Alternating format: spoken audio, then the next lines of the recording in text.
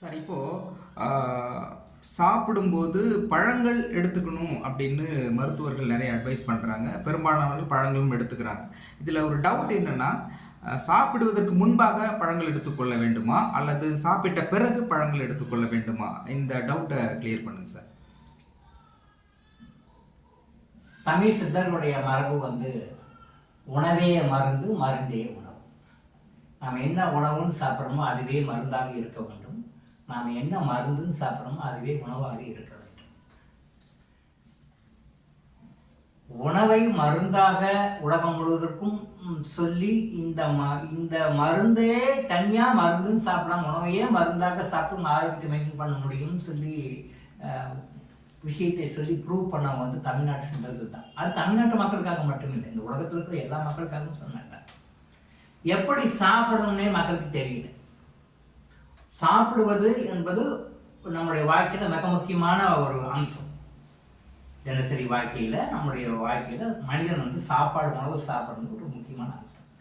எப்படி சாப்பிடணுன்றது யாருக்கும் தெரியும்.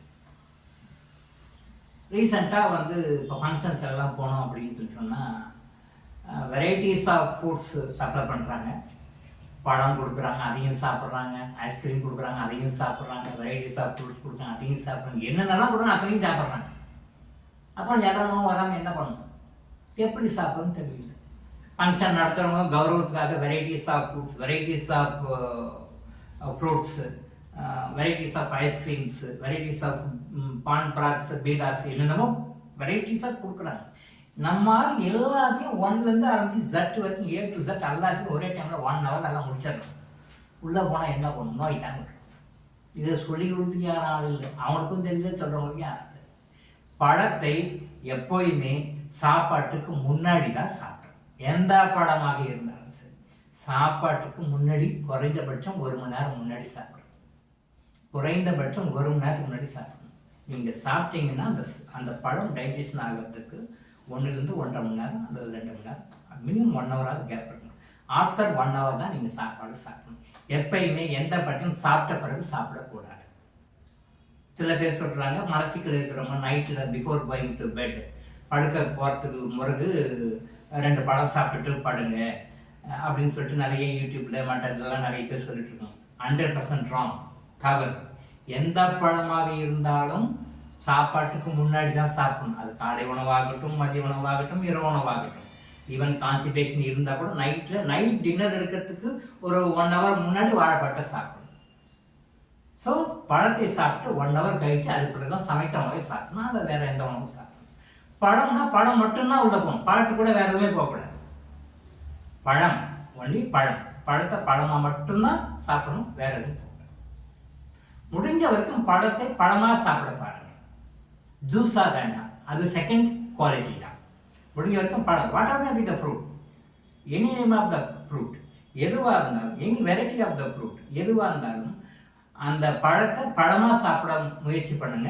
முடிஞ்ச வரைக்கும் ஜூஸாக சாதாக வேண்டாம். முடியாத போது எடுத்துக்கோங்க, அது செகண்ட் ரேங்க் தான். அடுத்தது என்னன்னா, ஒரு டைமில் ஒரு பழம் மட்டும்தான் சாப்பிடணும்.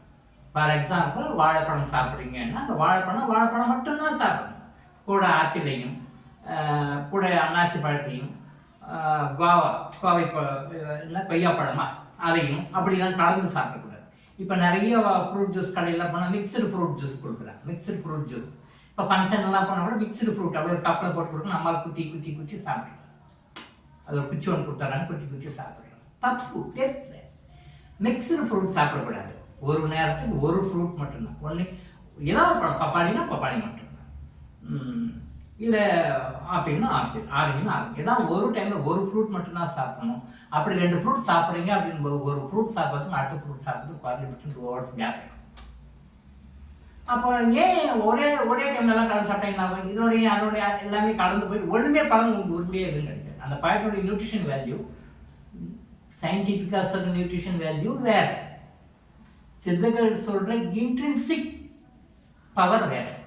அந்த சித்தர்கள் சொல்கிற இன்ட்ரின்சிக் பவர் அப்படின்றது கண்ணுக்கு தெரியாத ஒரு சக்தி. அது ஒரு பழத்துலையும் இருக்குது. அந்த பழத்தினுடைய அந்த ஸ்பெஷல் சக்தி, அந்த பழங்கள்லாம் மாறி முழுமையாக எதுவும் கிடைக்காது.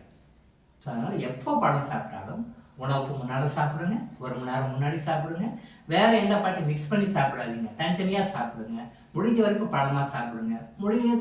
முடியாத வாய்ப்பு கிளாஸ் வந்து ஜூஸாக சாப்பிடுங்க, தப்பில்லை. பட் மிக்சடு ஃப்ரூட் எப்பயுமே சாப்பிட வேண்டாம். சாப்பிட்ட பிறகு சாப்பிடலாம்னு சொல்கிற வாழைப்பழம் கூட சாப்பிட்ட பிறகு சாப்பிடக்கூடாது, சாப்பிட்றதுக்கு முன்னாடி எப்படி சொன்னது தான் சாப்பிடணும். இப்படி சாப்பிட்டா என்ன நடக்கும் அப்படின்னா, அந்த பழத்தினுடைய முழு பழங்களும் நமக்கு கிடைக்கும். We are observing 100% efficiency of that fruit. கண்ணுக்கு தெரிந்த விஞ்ஞானம் சொல்கின்ற சக்திகளும் புதுசாக கிடைக்கும். கண்ணுக்கு தெரியாத விஞ்ஞானம் இன்னும் புரிந்து கொள்ளாத விஞ்ஞானம் இன்னும் கண்டுபிடிக்காத நிறைய பழங்கள் இருக்கு பழத்தில். அந்த பழங்களும் உங்களுக்கு முழுமையாக கிடைக்கும்.